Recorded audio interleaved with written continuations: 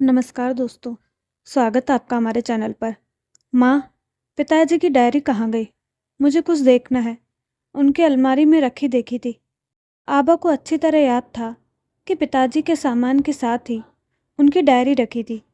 उसी में ही तो उन्होंने अपने आखिरी दिनों के सारे मसले लिख रखे थे और अपना वसीयत संबंधी जानकारी भी लिखी थी।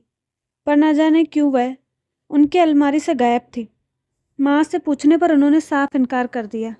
मुझे क्या पता, मैंने तो तुम्हारे पिताजी से कभी किसी बात की कोई खबर ही नहीं ली। मुझे कहाँ पता है कि उन्होंने कहाँ क्या रखा है। कहकर वह अपने काम में मशगूल हो गई तो किताबों के बीच आबा को वह डायरी छुपी हुई मिली। मगर ये क्या, उसका वह पन्ना ही गायब था जो उसके लिए एक आधार बनता। दरअसल ये सारा मसला इसलिए उलझा था कि पिताजी ने रिटायरमेंट के पैसों से बड़ा प्लॉट लिया, जिसमें अपने रहने के लिए मकान बनाया और अपने प्लॉट के बगल का प्लॉट बेटी के नाम और आखिरी प्लॉट बेटे के नाम कर दिया। उनके नाम की ज़मीन पर छोटे भाई का मकान बन गया और उसमें भाई सह परिवार रहने लगा। जब तक पिताजी जीवित रहे किसी ने उससे कुछ न कहा। खून से इत्र के रिश्ते शांति से कहाँ बैठते हैं। जब तक एक यह विषय उठता कि बड़ी दीदी के नाम की ज़मीन छोटे भाई के नाम पर हो जानी चाहिए। पिता की मृत्यु के बाद माँ आसानी से कह देती, आबा को किस बात की कमी है जो मायके में आकर बसेगी। मैं कह दूंगी तो वह ज़मीन छोटे के नाम कर देगी।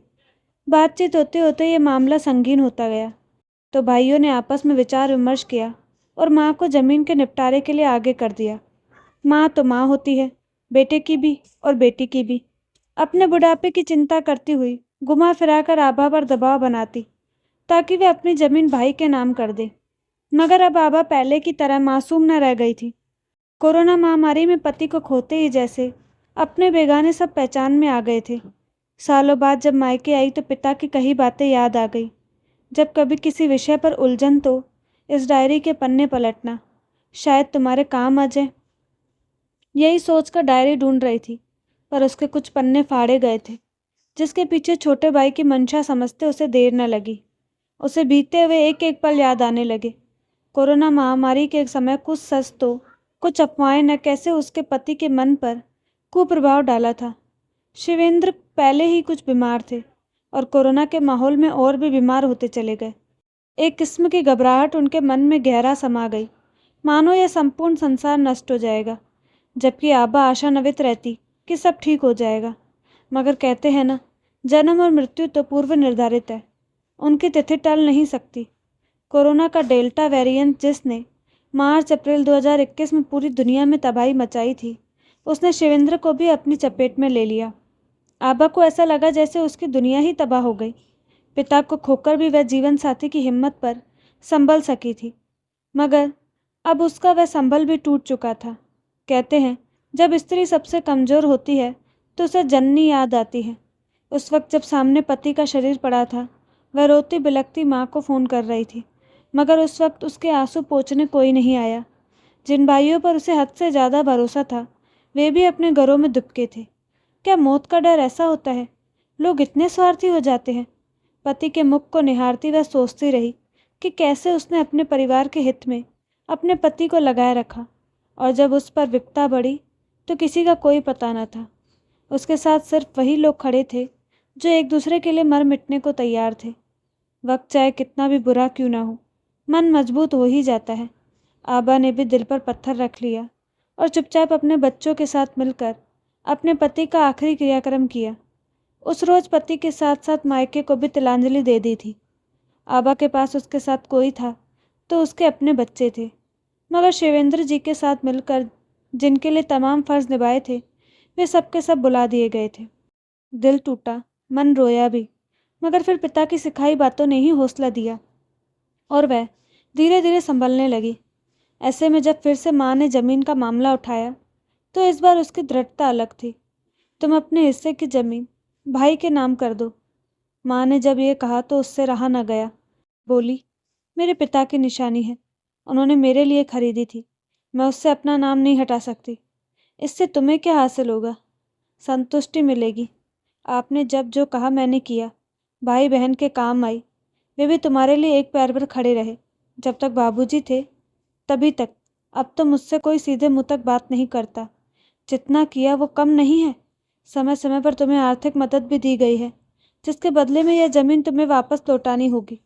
माँ ने आदेशात्मक रवैया अपनाते हुए ओजपूर्ण आवाज़ में कहा तो आभा ने विरोध जताया। माना आपने मेरी मदद की है, पर यह भी देखिए कि जो कुछ मैंने किया है वह कोई ज़मीन नहीं कर सकती। बैंक में पड़े पैसे भी पूरी ज़िंदगी नहीं चलते। आज भाई जिस नौकरी की पेंशन उठा रहा है वह मेरे पति ने ही लगवाई थी। आखिरकार जब आभा से न रहा गया तो सब कुछ कह डाला। हाँ, मानती हूँ तुमने हमेशा संभाला है। बड़ी हो, बड़प्पन दिखाओ। बच्चे कुपात्र हो तो भी माता कुमाता नहीं होती। मुझे मेरा हिस्सा दे दो। मगर तुम घर का क्या करोगी? अब दामाद जी है नहीं, अकेली जान कितना संभालोगी?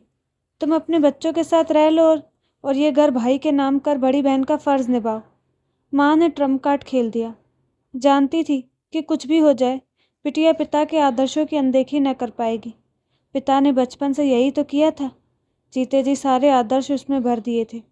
महापुरुषों की इतनी आत्मकथाएं जिनमें बड़ी बहनें त्याग के लिए ही बनी थी।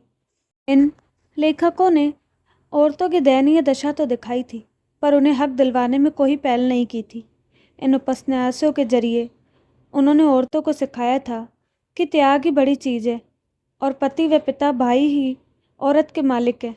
आभा जानती थी कि आज़ादी के बाद के कानूनों ने औरतों को बराबर के हक दिए हैं। वह अब अपने लिए कुछ करना चाहती है। जीवन काल में उसे परिवार से दूर न होने दिया था, बल्कि नौकरी से सेवानिवृत्त होने पर लड़कों के बीच ही बेटी के लिए भी ज़मीन खरीद ली थी। चाहते तो उसके लिए ज़मीन कहीं दूर भी खरीद सकते थे, मगर उनकी बड़ी बेटी उनकी नज़र में उनके बेटों की अभिभावक थी, जो उनके बाद भी परिवार का ध्यान रखती। ज़मीन के बीचों बीच बिटिया के नाम की ज़मीन थी। मैंने पहले कभी नहीं कहा कि मुझे मेरी ज़मीन वापस दो। मैंने हमेशा सबका भला चाहा, मगर जिस तरह काम निकालने के बाद तुम लोगों ने मुझे दूध से मक्खी सा निकाल फेंका है, मेरे साथ न्याय नहीं हुआ। पता नहीं क्या बोल रही हो। क्या हमने तुम्हें यही शिक्षा दी थी? त्यागमयी बड़ी बहन बनाया था, मगर क्यों माँ? क्या मुझे जनने में दर्द ना हुआ था? क्या मैं अपने किसी फ़र्ज से चूकी हूँ? मुझ में और तुम्हारे पुत्रों में ऐसा कौन सा फ़र्क है जो उनका हक मुझसे ज़्यादा है? बोलते बोलते आभा की सांस फूलने लगी तो सर को विराम देते हुए कहा, आज अगर मैंने अपने अधिकार का त्याग किया तो कल को मेरी बेटी भी त्याग की मूर्ति बनेगी, जो मुझे बर्दाश्त नहीं होगा। इतना कहकर वो अपने घर चली आई। पूरी उम्र स्वाभिमान के साथ जीने वाली आभा को जमीन जगह या मकान का कोई मोह न था, बल्कि वह तो उस मिठास की दीवानी थी जो उसके अबोध भोले भाले भाई की तोतली बोली में था, जिसे याद कर अभी भी उसका कलेजा फटता था। मगर भाई आगे बढ़ने की होड़ में अपनी स्नेही बहन को भूल चुके थे कि जिस बहन ने गाए बगाए आशीर्वाद के साथ न केवल अनगिनत रुपए थमाए थे, बल्कि अपना अगाध स्नेह लुटाया था, जो उस जमीन से कहीं ज़्यादा कीमती था। आज उसके एवज में उसे स्नेह व सम्मान की तो भूख थी। उसने कुछ ज़्यादा तो नहीं मांग लिया था। हालांकि वो जानती थी कि एक नोटिस से, बस एक ही नोटिस में दूध का दूध पानी का पानी हो जाएगा। और आखिरकार वही हुआ। जब वकील से सलाह लेकर नोटिस भेजा तो एक ही झटके में ऊँट पहाड़ के नीचे आ गया था। ज़मीन के बदले ज़मीन की बात पर अदालत के बाहर ही पूरी मामला सुलट गया। माँ ने बराबर माप की एक ज़मीन उसे बतौर तोहफा दी, तो उसने भी हस्ताक्षर कर अपनी ज़मीन का हस्तांतरण भाई के नाम कर दिया। आभा ने माँ से मिली ज़मीन पर एक 4 मंजिला के मकान का निर्माण करवाया, जिसकी पहली मंजिल पर लाइब्रेरी में वे समस्त उपन्यास सहेजे गए जो पिता ने किशोरी पुत्री को भेंट किए थे। माना कि पिता ने अपने युग के अनुसार अपनी पुत्री का लालन पालन किया था, मगर पुत्री आज के युग के अनुसार चलने वाली शिक्षित महिला थी। उसने सारे कानूनों की किताबों को भी जमा करके रखवाया। पुस्तकालय खोलकर उसे सुचारू रूप से चलाने की जिम्मेदारी निभाते हुए अपनी माताजी समेत वहीं ऊपरी मंजिलों पर रहने लगी। जैसी उम्मीद थी, बगल में रहते भाई भूल कर भी उसके घर में झांकते नहीं थे। आभा के दिल में टीस तो उठती, पर उसने अब दिल को मजबूत बना लिया था।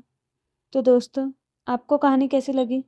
अपनी राय कमेंट बॉक्स में ज़रूर दें और साथ ही हमारे चैनल को लाइक शेयर सब्सक्राइब करना ना भूलें। धन्यवाद।